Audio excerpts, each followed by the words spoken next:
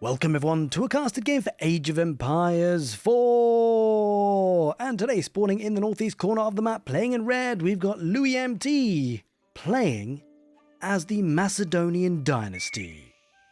And up against him today, spawning in the southwest in blue, we've got Aoe4 playing as the Sengoku daimyo. Welcome everyone to Gorge. As always, hope you guys are having a great morning, good afternoon, or good evening. Wait a minute. What is this? Villager coming out across already? We already know what this is about. Verangian Stronghold rush. It's a Louis MT special. Now, this is crazy, right? Because this essentially is a production building. It can make Verangian units. But more importantly, it can be upgraded with arrow slits. And if you can get this up, it's a big problem. Although Wham actually reacting kind of interestingly, sending 2 villagers. And so it looks like Louis is actually going to need to send more. I mean, this is a very dicey opening. That is for sure.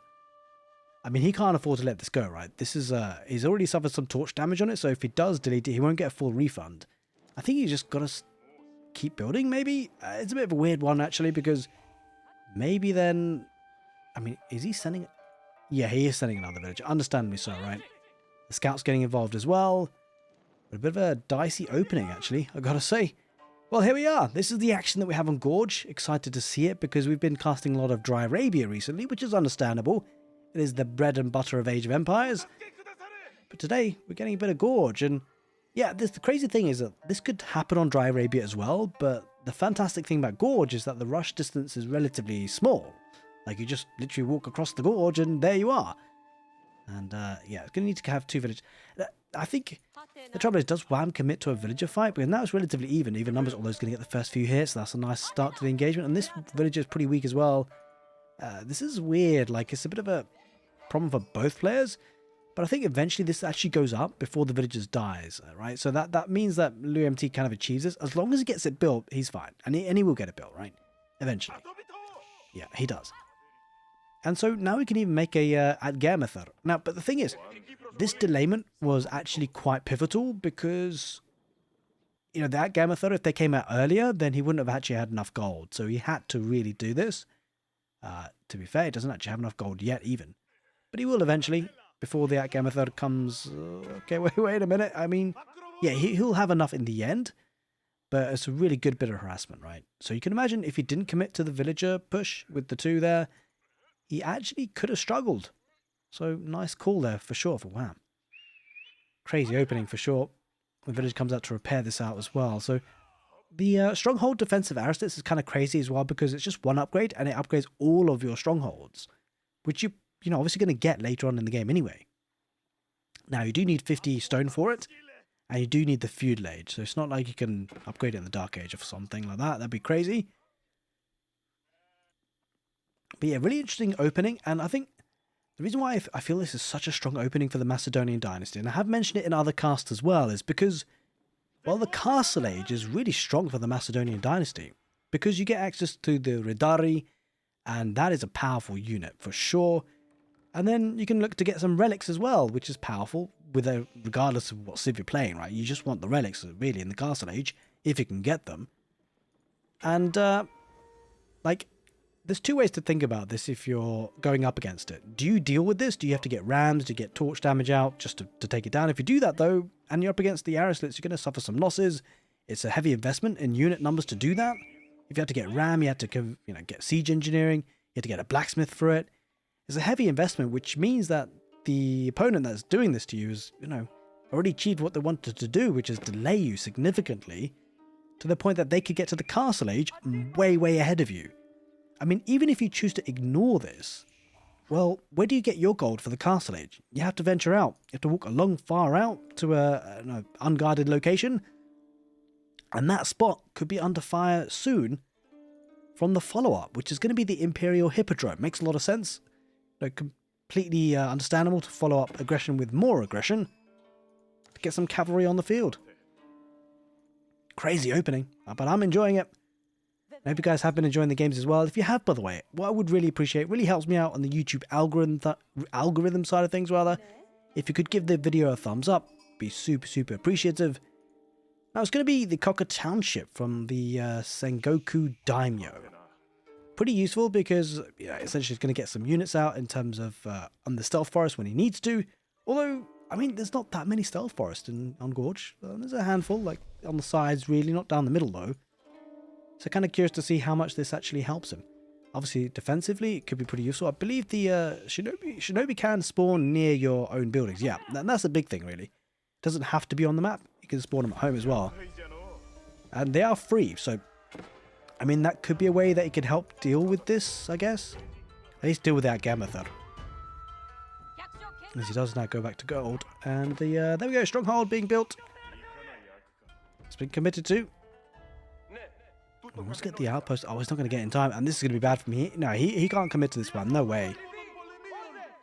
Oh, he's going to feel the pain now. There we go. And the arrows come out so fast. Yeah, yes. Yeah, cancel it, cancel it, cancel it. Run away. Abandon ship.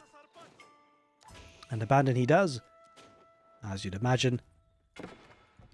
So yeah, this has caused a lot of mayhem.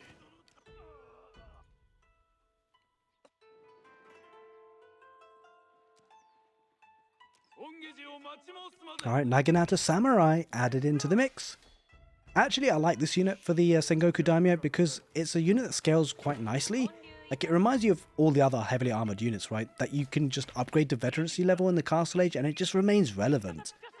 The Japanese used to do this a lot until obviously the mounted samurai kind of came into the fold, which you can actually go for as a Sengoku daimyo, but not until pretty much later, a little bit later than the Japanese can often.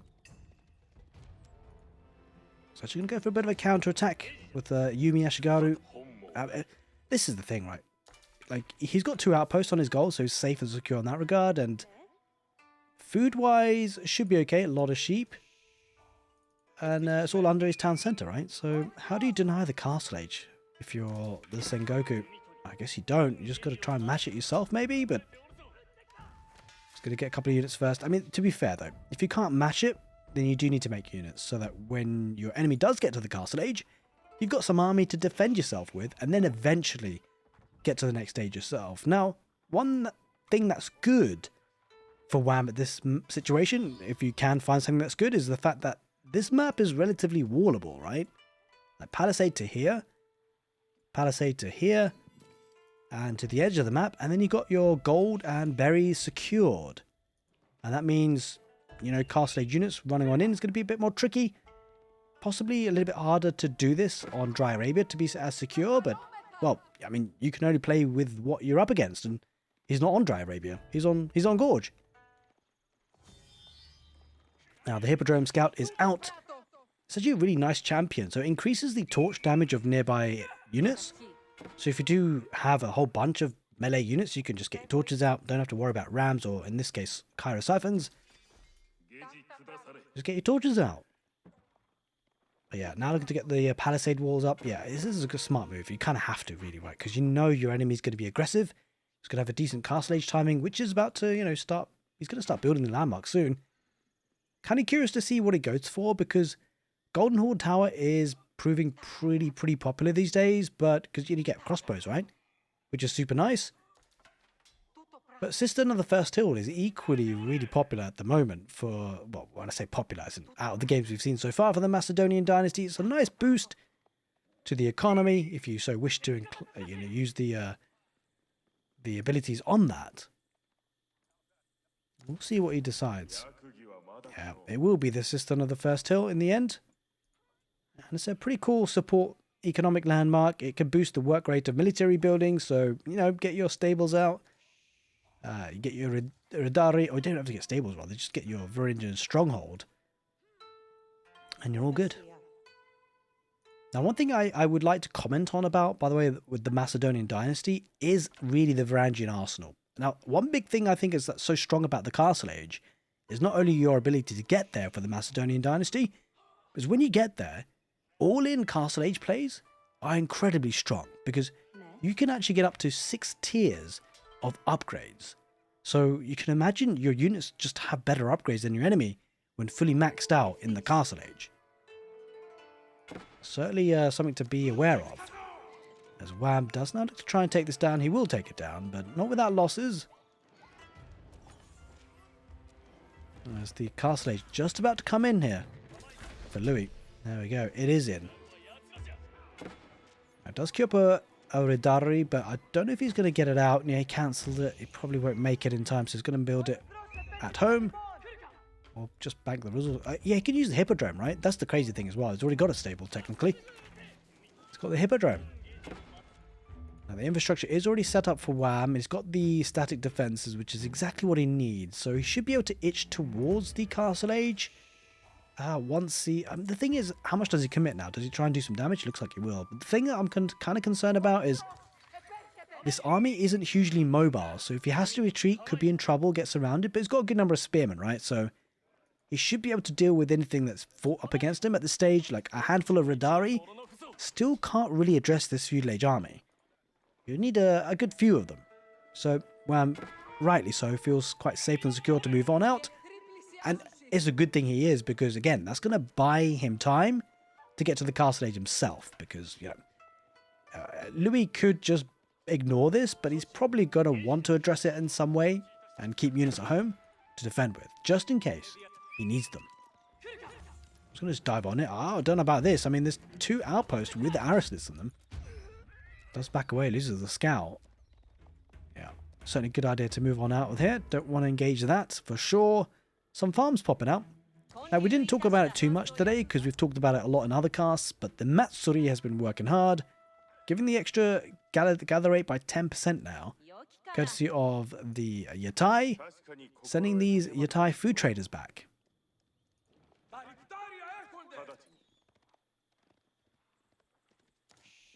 Alright, got a couple of Yari cavalry as well. I'm kind of curious to see what daimyo state he goes for. Like, considering the amount of infantry he's got, I got a feeling he's got to go for the Hojo, right? Or maybe, possibly the Oda? The Oda clan estate is quite nice because you could then get some buffs to your Tanegashi Ashigaru. Kind of like the hand cannoneer version of, well, just hand cannoneer really, more or less. Nice to see if that comes out going up against the Ridari. Remains to be seen. Yeah, you can see he's really pumping out food and gold units.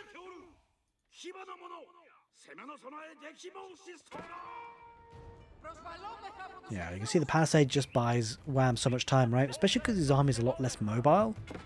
Allows him to get into position. And it's going to be the Sake Brewery being built. Now, I'm really glad about this because the villagers that I needed to mine the gold for Sake Brewery, they are still buffed by the Matsuri. Now, in early games, we were finding players not building the Sake Brewery in the influence of the Matsuri, and it's just obviously a missed opportunity, right? Like, why would you not want your gold villagers an extra 10% gather rate on the landmark?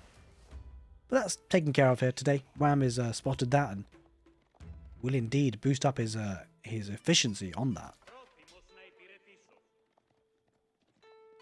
Right, well, with the map control, it means that the Macedonian dynasty can get hold of the deer cap, which is going to be good for the food, of course. He needs it. It's starting to slow down. I imagine both players, you know, we'll be thinking about relics, but it's a lot harder for Wham to get them, right? So the map control that Louis has got, you know, it all started off from that first aggressive play, right? Just really been dictating the fights and the way the game is turning out. And it's put him in a really strong position to pick up the relics. He's already got two more on the way. Like, having a 4 relic game here is super powerful. Just gives him that big advantage. Gonna snipe out one of the Yatai. Nicely done. Yeah, it's kind of crazy to think about how much that has achieved for him. The early push, the early Dark Age rush. I'm kind of curious to see, because there's a time where the food starts to run out and players will start to need to make some farms. When that time comes though, I mean, the Sengoku daimyo do pretty well with the farms. They get extra gather rate. The Macedonian dynasty don't have such a great food bonus as the Sengoku do. He's trying to break on through, but yeah, the palisade walls just buys him so much. He'll break through, but he won't really commit, I don't think, because there's no easy access route out of there. Last thing you want to do is dive into a place where you've got no exit route. The Yari can't really fight up against the Ridari there, so he's going to have to back away. That's a big chunk of Ridari. They're grouping up together as well. Maybe look to take a fight. There's the thrown axes. Surprisingly, it didn't do all that much damage to the Mounted Samurai. The Mounted Samurai are pretty tanky after all. Now, I'm kind of curious to see if it's going to be the Takeda clan actually, because I mean, the Tanegashima Ashigaru are pretty cool to get, but in the end, the Japanese and the Sengoku daimyo do typically like to get cavalry. And yeah, it is going to be the Takeda daimyo. And should be able to get the movement speed of the cavalry. And also, I mean, the Yari anti-cavalry damage is great, but I think I don't know if it's going to be all that popular. I think really this one would be quite nice to have if you're going up against spears and just need to deal with them a little bit. But of course, that is in Takeda level 3, so pretty far away. I've got to say, the number of units that Wham is pumping out is really, really extensive. Got a lot of spearmen, lots of Yumi Ashigaru, added in a couple of I was going to say Man-at-Arm equivalent, but I don't really see much of them, to be fair. There we go, there's one.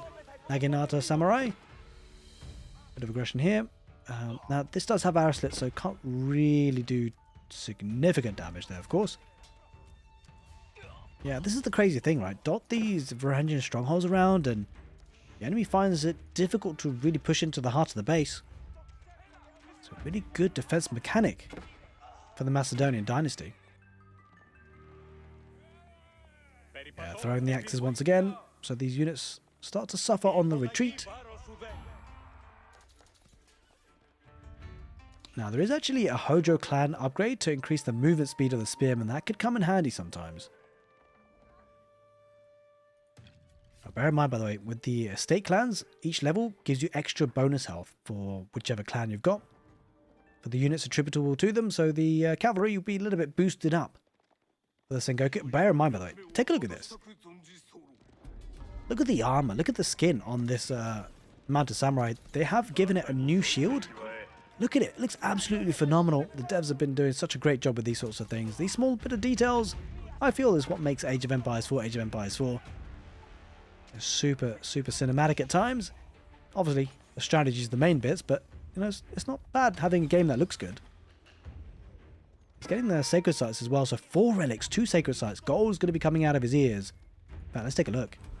Yeah, 519 gold compared to 725, but I mean, literally, he's got 0 villagers on gold.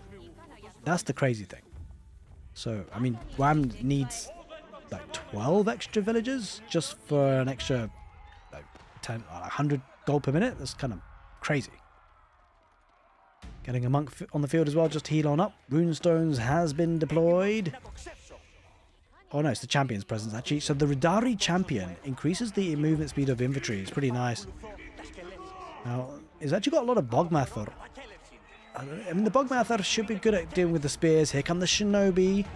And this is a great usage of them, because if they can't get their grenades off, will really limit the movement speed of their enemy. So cut off the retreat. Yeah, he's going to throw it now. So these guys are committed now for at least a couple of seconds. But not only does it reduce the movement speed of the enemy, but also it makes them take 50% more damage. But even then, I mean, he's just holding on here. Louis, he's fighting straight up, and he's going to win it. Despite the Shinobi, just shows you how good these units are. Now, it does have unwavering focus for the Bogmathur, which, well, basically ignores 2 armor for the enemy. And that was a great fight for Louis. And considering he's already got 3 sacred sites, the sacred site timer has been activated. Wham has to try and find a way out. Gotta find a way of dealing with this. I mean, possibly full samurai, but the thing that feels really rough going cavalry against the Ridari is the fact that the Ridari have a throwing axe, right? They've got a ranged melee attack, so they can always kite your cavalry. It's only if you push them right back into their own base where you start to find value with your own cavalry. Really tricky. Now, the movement speed of the Bogmathur is insane, right? When you've got the Ridari, Hippodrome Ridari, the cavalry champion, the Bogmathur has a movement speed of 1.44. Like, guys, that is impressive. Like, you compare that to a Mounted Samurai, it's 1.62. Yeah, I mean, obviously the Mounted Samurai is still faster, but the kind of cool thing with this is that often when you go out with archers on the map, you're always a bit worried. If you don't have enough army and you lose a fight, you could snowball, right? But because you can't escape. But actually, the Bogmather aren't terrible at escaping. They can, they probably could run quite fast away from your enemy and suffer a lot less casualties, right? So, yeah, kind of curious to think about. Lots of upgrades coming on in. Veterancy for the Atgamather. And then also getting the cavalry upgrades. This is where it becomes really powerful for them, getting all these upgrades. Unfortunately, the Capture Age doesn't actually have the visuals on the cavalry upgrades, but it's level 2 on the attack, and it looks like level 4 on the... Oh, that's the crazy thing. Look at that. Level 4 on the armor. This is insane. Also, by the way, increases the health by 5%, so these Redari are going to be super tanky. Speaking about tanky, Mounted Samurai definitely fall under that category. As they charge on in, is splitting off. I like this play for Wham because he's forcing Louis to stay at home, bring his army back. He needs to get a bit of more like a grip of the game, and this is one way to do it. If he can get some good raids, it could work out really nice for him. Villagers though, Louis is paying attention just as well, otherwise it would have been a massacre. Going for the wood line as well. Yeah, but he's always peeling off Redari. That's the good thing about having cavalry like this. You can always match them, and as long as you're keeping an eye out on where all the samurai are going to, you'll send your own forces to track them and take them down. Meanwhile, with 4 relics and 3 sacred sites, and knowing full well your gold income, yeah, it's pretty solid. And not having to use a single villager to get them. Yeah, samurai haven't really been able to achieve what they wanted. Villagers here creating a bit of a playpen for themselves. Safe and secure for now. Redari are chasing. Mounted Samurai though, they sneak past. Could go onto the wood line, maybe get some value there. Or maybe even the stone. Oh, that could be devastating on the stone vein. The Bogmather not catching them. He's going to see it, Louis, but how does he react? Nothing on the wood line though. Trying to decap the sacred site, probably a good idea. Only 5 minutes on the clock, although this could be a good fight for Louis. He's got Atgamather. Do well against the samurai. Trying to get a bit of a raiding, but yeah, Louis is so quick to like move his units, to move his villagers. Yeah, and the trouble is, it's just pure numbers now, right? Because Louis's got so many numbers, even if he splits his armies up, he's always going to have more than Wham. As long as it doesn't like really mess up the splitting up, but I'm sure he won't. 37 Redari is kind of nuts. Compared to the 17 of the Mounted Samurai, it's just kind of no match, right? I wonder if he's got the attack upgrades now as well, more of them at least. Yeah, he's got level 3, it's crazy.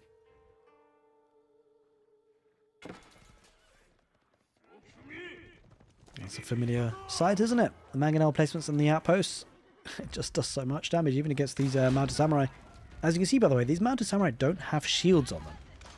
That's because he doesn't have the Takeda level 3. Once he does get level 3, he will have a deflective armor. Oh, sorry, I said shields, but deflective armor is what I meant. Of course, the Japanese get that by default, so it's a big difference between the Japanese and the Sengoku daimyo. They're right there. 24 minutes on the clock. That sacred site time is ticking, by the way. Wham has got it cut up against him. He needs to find a way to get himself back into the game. Got a lot of food incoming. Look at that. Imperial age. Palatine school for the Macedonian dynasty. This is going to be rough. Because, I mean, Wham can't really go to the next stage. He has to find a way to decap a sacred site. Now, you might be wondering how has this happened? And there's one key statistic I'm going to point out to you guys. It's the destruction value. Absolutely madness. Almost 3 times the amount of destruction value Louis has over his enemy. It's because of how well these Redari have traded in fights or even cutting off the raids. Yeah, that is huge. That's going to be a big reason why, if he does win the game, that's going to be the big reason why. Palatine School is in, and all he needs to do now is just upgrade these to Imperial Age units. And I don't know. I don't know if Wham can stop this. He's going to try in any case, and understandably so. He's going to torch down the palisades probably. This was an area to target. And maybe he'll get it because the Ridari are pretty far away. He's focusing on the left sacred site. Middle one, it's got an outpost there guarded. A couple of units there as well. Nothing really on the right side. So Wham choosing the right place. To be fair, these two outposts have been fortified. One has a mangonel emplacement, the other one doesn't. But yeah, I mean, he needs to decap this.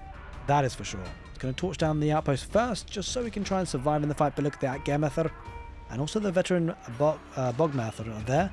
And the Ridari coming around the back. Oh, this is going to be a trap. This is not good for Wham. I mean, he has to. He's got no other choice. He's going to take the outpost, but Louis going to come around the other side, trap the samurai in, and surely that's a battle that these mounted samurai could never win. Oh, he's dragging him away, though. Going to go for the Shinobi instead. I mean, Wham knows about it, but he can't really escape here. He has to decap the sacred site. Otherwise, he loses anyway. He's going to go for the engagement, it seems, and the Ridari going to charge on in. It's a fitting end to the game. It's a trap in the middle. The samurai going to hold on as long as they can, but the Ridari should take them apart. After all, these are elite Ridari, and it won't take long. A couple of Bogmather on the back line. Just going to add it to the fight, but they're not really needed. And the GG gets called. A cracking game of Age of Empires 4. The Ridari Macedonian dynasty opening with Dark Age Rush, looking incredibly strong. I hope you guys enjoyed it, and if you did, make sure you give the video a thumbs up. Take care, and see you next time.